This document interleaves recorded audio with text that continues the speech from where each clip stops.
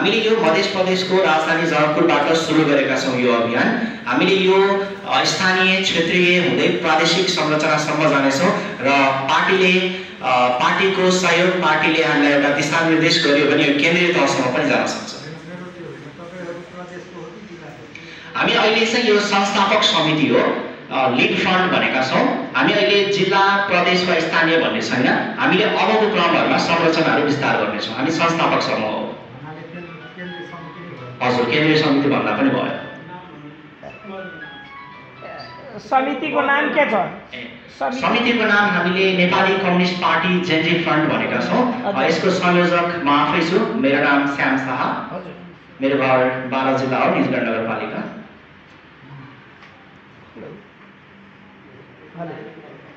धन्यवाद।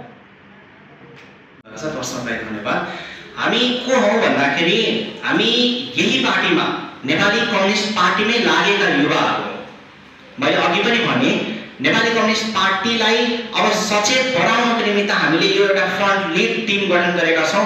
हिजोको दिनमा म नेपाल कम्युनिस्ट पार्टी माओवादी केन्द्र रहँदाखेरि म विद्यार्थी संगठनमा काम गरेको व्यक्ति हो। हाम्रा आदरणीय कमरेडहरू, साथीहरू पनि नेपाली कम्युनिस्टमा आबद्ध युवाहरू नै हुन्। हामी पार्टी भित्रै रहेर पार्टी भित्र युवाको हक खोज्न आएका छौं। पार्टी भित्रै हामी विद्रोह गर्न आएका छौं भन्न चाहन्छु। म अलिक कडा सुनियो होला, तर म भन्न चाहन्छु हामी पार्टी भित्रै विद्रोह गर्छौं। पार्टी भित्र युवाको आवाज हामी बोल्छौं। युवाका जेनजीका समस्या हामी बोल्छौं। युवा जेनजीका हक अधिकार सुनिश्चित गराउनको लागि हामी यो अभियान लिएर आएका हौं। हामी पार्टीकै मान्छे हौं। हामी पार्टीकै युवाहरू। म भन्न चाहन्छु तपाईहरु पार्टीको झोले गर्नुहुन्छ भने म त्यो पनि स्वीकार्न तयार छु, तर आज स्वीकार्छु अबको केही समयपछि तपाईहरुले नै मलाई यो भाइ त, यो साथीहरु त झोले रहेनछ। वास्तवमा पार्टीकै भित्र पनि युवाका आवाजहरू बोल्न सक्ने युवाहरू, बोल्न चाहने युवाहरू रहेछ भन्ने तपाईहरुले विश्वास गर्नुहुन्छ। स्वतन्त्र रूपमा जेनजीहरु चाहिँ युवा हुने, जेनजी हुने, तर हामी पार्टी भित्रकै त्यही उमेर समूहका, त्यही विचारका, त्यही संस्थागत रूपमा त्यही सिद्धान्त लिएर हिँड्ने चाहिँ हामी झोले हुने। हामीले कहिलेसम्म यो तपाईहरुले जुन यो आवाज उठाउनु भएको छ, तपाईहरुले यो ब्लेम जुन गर्नु भएको छ, कहिलेसम्म हामीले सहने? तसर्थ आज तपाईहरुले उठाउनु भएको यो जिज्ञासा सही हो, तर हामी यसलाई चाहिँ रङ प्रुफ गरेर देखाइदिनेछौँ। धन्यवाद। काम हुन्छ कि हुँदैन? डराछ जनता, मेरो प्रश्न। धन्यवाद। एकता कायम हुने नहुने भन्ने प्रश्नमा नेपाल कम्युनिस्ट पार्टीको हामीले इतिहास हेर्दाखेरि के देखिएको छ भन्दाखेरि जनवादी क्रान्तिका निमित्त बलिदान दिएका विभिन्न आदरणीय योद्धा कमरेडहरू कहिले टुटफुट हुने, टुट्ने, फुट्ने, गुट जस्ता कुराहरू हाम्रो नेपाल कम्युनिस्ट पार्टीमा चल्दै आइरहेको छ। तर अब हामीलाई विश्वास छ यो 9-10वटा कम्युनिस्ट पार्टीहरू जुन मिलेर एक नेपाली कम्युनिस्ट पार्टी भएको छ। अब चाहिँ यो नेपाली कम्युनिस्ट पार्टी कम्युनिस्टहरूलाई एकताबद्ध बनाउनको निमित्त बनेको पार्टी हो। अब चाहिँ यो हाम्रो पार्टी फुट्दैन, टुट्दैन।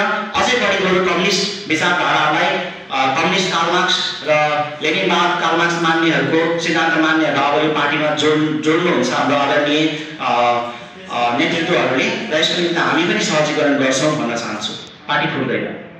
हार्दिक धन्यवाद ज्ञापन गर्दै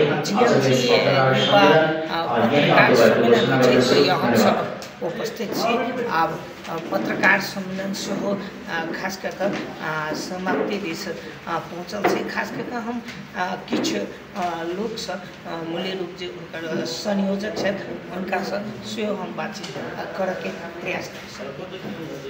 सत्ता परिवर्तन से आज हम सब अवस्था देखेছি कि जेनजी भीतर भी गुट सब, जेनजी भीतर भी ई समूह, लेकिन हम सब अपन पार्टी भीतर अपन हक अधिकार नाहे के हम सब एक्टिव होके, हम सब सुदृढ़ होके, दृढ़ होके संकल्प लेके आई पार्टी। ई पत्रकार सम्मेलन जो अपने सब के लिए ई जनकपुर में के लिए, आरो ठाम अपने के लिए कि जनकपुर से शुरुआत के लिए जे आई जनकपुर से हम सब ये अभियान की घोषणा कर दी थी।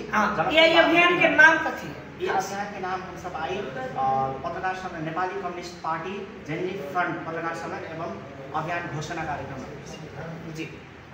अंतिम में बहुत बात आ चुकल है। अंतिम में मिथिला आवाज के माध्यम से अपने की कह चाहे स्थानीय जनता के, अथवा ये जे 6-7 गो पार्टी मिलकर एकीकरण भेले, सबको एक भेले, ई एकता वास्तव में रहते तो हमर धन्यवाद। ये एकता हम अपन मंतव्य में से रख लिया जेना कि कम्युनिस्ट में फूट के कम्युनिस्ट में विचारधारा एक हुए कि आप फूटे के ये अभियान बहुते पहले से ऐतिहासिक रूप में हम सब देख रहे हैं। लेकिन आई कम्युनिस्ट विचारधारा विभिन्न विचारधारा कम्युनिस्ट के विभिन्न पार्टी सब आई एक भेले आई हम संगठनात्मक रूप से एक भेले ये पार्टी रहते ये संगठनात्मक रूप से कल के दिन में एकता रहते आई हम ये मिथिला आवाज टेलीविजन से हम जे युवा सबके कहे चाहबे कि अहूँ सब अपन हक अधिकार के लागि बोलू आ सब शांत रहबे कल के दिन में युवा सब दबते युवा सबके अधिकार सुनिश्चित नहीं होते वही के लागि हम सब अहाँ के गाँव में समाज में आ रहा छी आज हम सबके साथ हम सब अगाडि बढ़े छी अहूँ सब हम साथ दो अगाडि बढ़ू। बहुत बहुत धन्यवाद। धन्यवाद समय के लागि एकदमै।